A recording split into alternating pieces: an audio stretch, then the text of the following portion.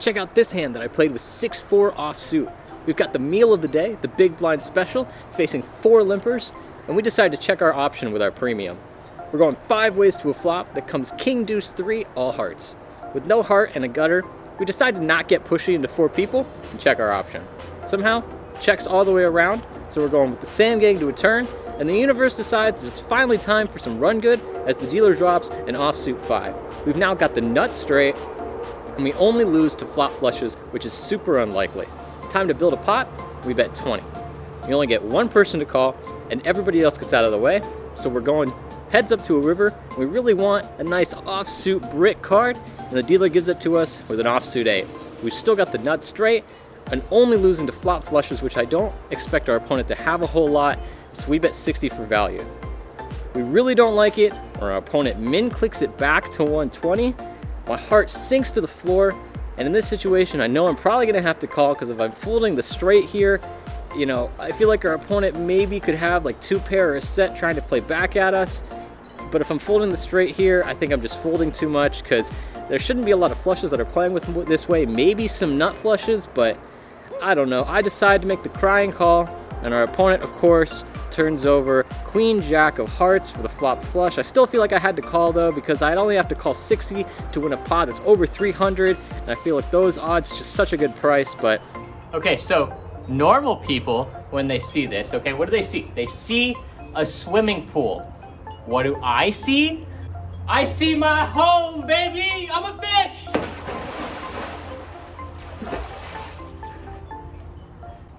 That's what we're gonna do today. if you like watching poker vloggers like myself getting absolutely crushed in these situations, consider liking this video. If you like my content and want to see more, please consider subscribing. It really helps out the channel a lot, and I'm excited to see it grow. Only about 17% of my current watching audience is subscribed, and hey, it only takes 1 click for hours of future content. That's pretty good odds. This session, we're going to cover my worst loss yet. We weren't playing that well, and we kept running into it. Let's get right into this installment of My Poker Nightmare. Alright, who's ready for some more rough runouts? We've got Queen Jack offsuit in middle position. It's folded to us, and we open it up to 20. The small blind, which is the same player from the previous hand, is the only person that comes along, so we're going heads up to the flop. That comes Queen 10-9 with 2 clubs. Definitely feeling pretty good here with a pair open-ended, and when our opponent checks to us, we bet 20. He doesn't think too long before making the call. We're going heads up to a turn with a really janky card, the 7 of clubs. Although the front door flush does come in, it shouldn't really complete any straight draws, because the only straight draws that should be on the board are really, really awkward and probably shouldn't be continuing flop. When our opponent checks to us, we could bet for value here, but I decided to check back. We're going heads up to a river, which is probably the worst card in the deck. It's the 8 of clubs. There's now a suited 4-liner on the board, and our opponent leads for 50. In this situation, I don't feel like there's a lot I can do, since although we do have a straight, we don't really beat anything, and we're chopping pretty much at best. So I decided to let it go. What an ugly, ugly card on the river. Alright, it's just the beginning of the session. We're okay. Gotta stay calm and collected. We've got ace 10 of spades on the button, facing a limp, a raise to 15, and a call. Not much I want to do here other than just call, as folding is too nitty, and raising seems really, really aggressive into so many people. We decide to make the call, the big blind calls, and the limper calls, so we're going 5 ways to a flop on the button in position that comes 4, 6, 7, 1 spade. We've got 2 overs, some backdoor straight draws, and the backdoor nut flush draw. Checks to the initial raiser, who continues for 30. The player sandwiched in between me and him calls for 30. I decide in this situation that you could let this one go, as there's still a lot of people left to act. I think you could also raise it as a semi-bluff, being in position. This board should favor the button calling range a lot of the time, and you do have a lot of equity with 2 overs, some backdoor draw, and some backdoor draws. But in this situation, I decided to take the raw equity and just call. So I think all options are on the table for this hand, a classic Doug Polk special. The big blind also makes the call. The limper gets out of the way. The field has been reduced by 1 player, so we're going 4 ways into a turn, which comes the 10 of hearts. We've now got top on a pretty coordinated board, so although our hand has been massively upgraded, we still have to tread lightly. The big blind disagrees with this idea though, and leads into the field for 50. The initial raiser actually folds, and the caller that was sandwiched in between me and the raiser calls for 50. And in this situation, closing the action, I decide to make the call as well. We're going 3 ways to the last card coming, which is an absolute brick. It's the deuce of spades. Again, the big blind leads into the field for 50. The other player left in the hand that's not me folds, and now we're faced with a decision. We only have to call 50 to win a pot of about 450, so we've got crazy good odds. We only have to be good like 11% of the time, but this is the player that's been absolutely owning my soul and betting really small for value every time he's got it. This is one of those situations where I think you can let this one go, knowing your opponent is always ahead of you, but in this situation, since the odds were just so good, I decided to make the call, and unsurprisingly, our opponent turns over 8-9 of diamonds for the turn nuts. Not much I can really do in this situation. We relinquish our cards, and this player continues to absolutely just dominate us. Alrighty, for this next hand, we've got ace-8 of clubs in the big blind, facing 3 limps, and we decide to check our option. We're going multi-weight to a flop that comes jack-10-5 with 1 club. In this situation, I definitely think that we could take control of the pot right away with so many backdoor draws and an over, but I decide to check and see what develops.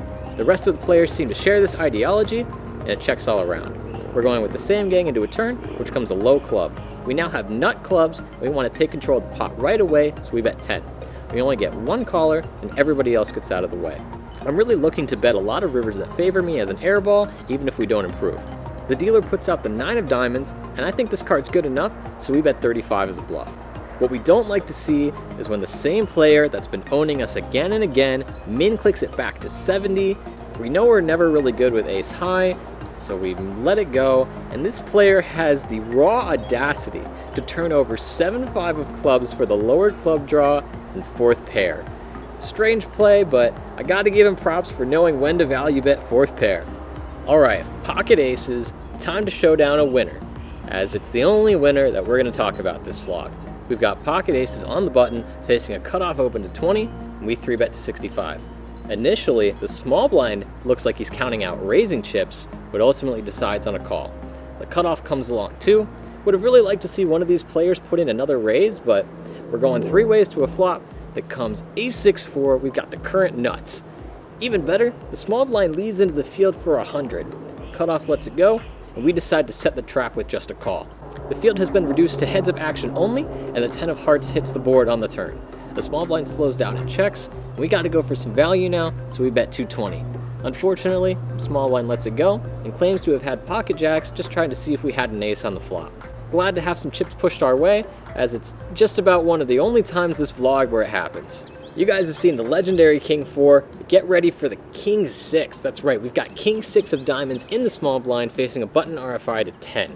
Now, in this situation, I've really been trying to play a more aggressive strategy, especially in the small blind, and calling in the small blind doesn't seem very good out of position, so we pump the variance and 3-bet to 35. Big blind gets out of the way, and the button makes the call. We're going heads up, out of position as the pre-flop 3-better, to a flop that comes queen 10-3 with 2 diamonds. It's a pretty fantastic board for semi-bluffing pre-flop. I mean, we've got a pretty good flush draw, a backdoor straight draw, and 1 over. We down bet in this 3-bet pot to 25, and our opponent calls, which I'm not really sure how I feel about. We're going heads up to a turn that comes an offsuit 6. It's a pretty good card. We've got a pair now at least, so we can make another 6 on the river for trips, and if we hit a king on the river, we got a sneaky 2 pair, as well as our pretty good flush draw. We size up to 65, which I think is a little small for a turn bet in a 3-bet pot, but our opponent calls again very quickly. Not really sure how I feel about that, really hoping the flush will come in one time, and it does. Let's go. Except it's the wrong flush, it's a club, not to mention that it also pairs the board as the river's the queen of clubs. Although this is a pretty good card for our range, I think it's a bad card in this situation because our opponent is kind of short stacked, they're never going to fold a queen, and I think they're even going to be incentivized to call a big bet with a 10. We decide in the situation to kind of give up and check. Our opponent predictably bets 75, and we know we're never good with a pair of 6s, so unfortunately we've got to let it go. Our opponent is nice enough to show us pocket 10s for the flop set and the rivered full house. Man, we just keep running into it. I don't hate the line post-flop. I think pre-flop, yeah, it's a little loose. All right, you guys ready for some more rough runouts? We've got ace-10 of hearts facing an open and a call. Not much we can do here in my opinion, except call and close the action. So that's what we do. The 3 musketeers are going to a flop that comes 3-4-10 with 1 heart. Feeling pretty good. We've got top and the backdoor nut heart draw. I really want this to be a check raise, or when the pre-flop aggressor continues for 30 and the other player gets out of the way. Because this player happens to be sitting in a position classified as early, they're going to have overpairs in their range a lot more often than not, so we proceed with caution and just call. Hoping for a nice couple cards on the run out, and the dealer puts out the 9 of clubs. It's a pretty good card. We check to the razor, and they check back. So we know we've got them beat, going for a value bet on the river, but the dealer puts out the king of clubs. This is an absolutely horrendous card, as this card is going to smack a lot of their range when they decide to go open bet check. We check to them hoping for a check back, but we don't get it. They bet 50. It's such a good price into a relatively big pot. This really feels like a call me bet, but I won't be taken to Value Town again. I decided to let it go. Really not liking these runouts today, and really feel like we're getting absolutely smacked around.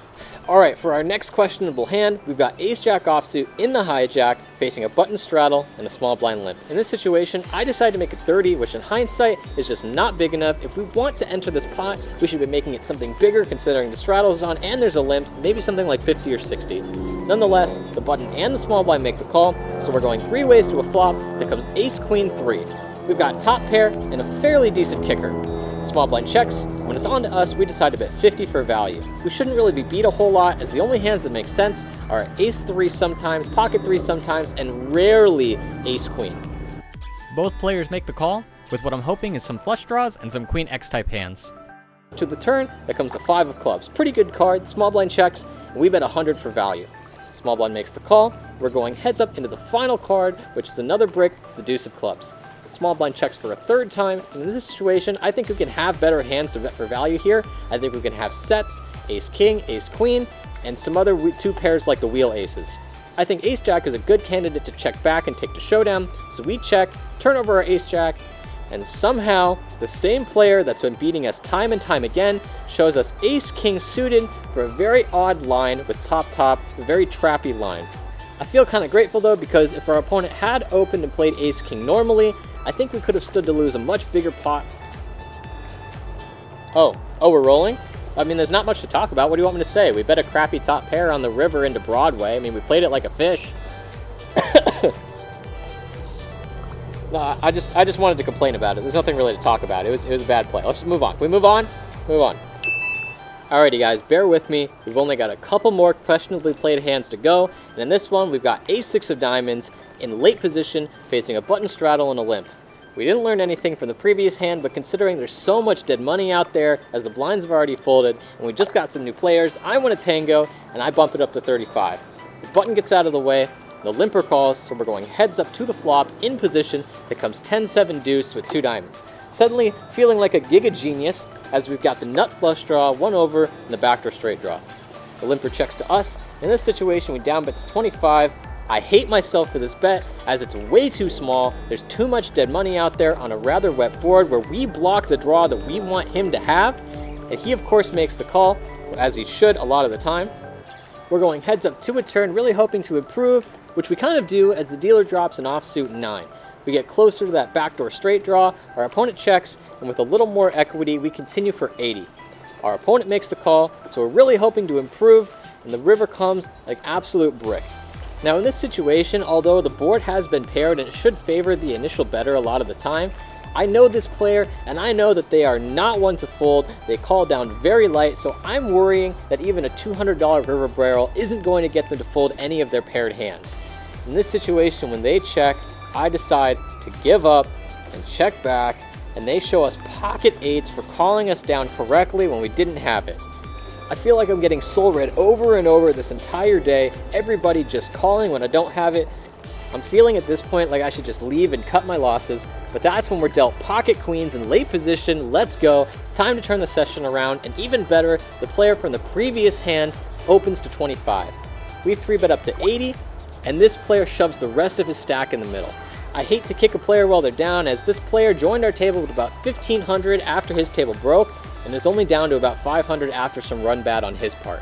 His jam consists of a weaker range due to tilt, so we're happy to get the rest of our money in there, and we call, and somehow we just keep running into it as this player turns over pocket kings.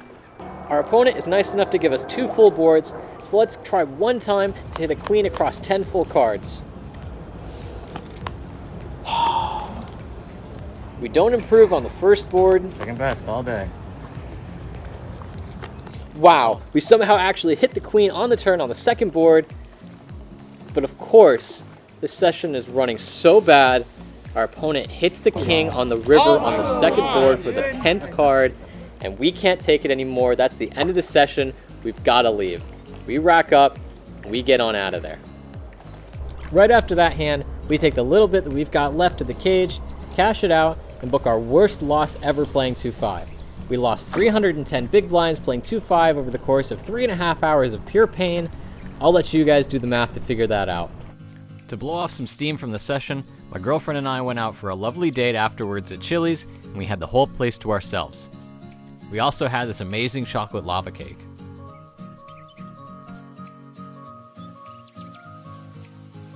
I've been trying to get involved more and loosen up and play more pots for the vlog. I really hope it pays off in the future. Hope you guys still like the content. Remember to drop a like and subscribe. And with that all said and done, remember, keep your body healthy, keep your mind healthy. This is Runner Runner Poker. Have a good one.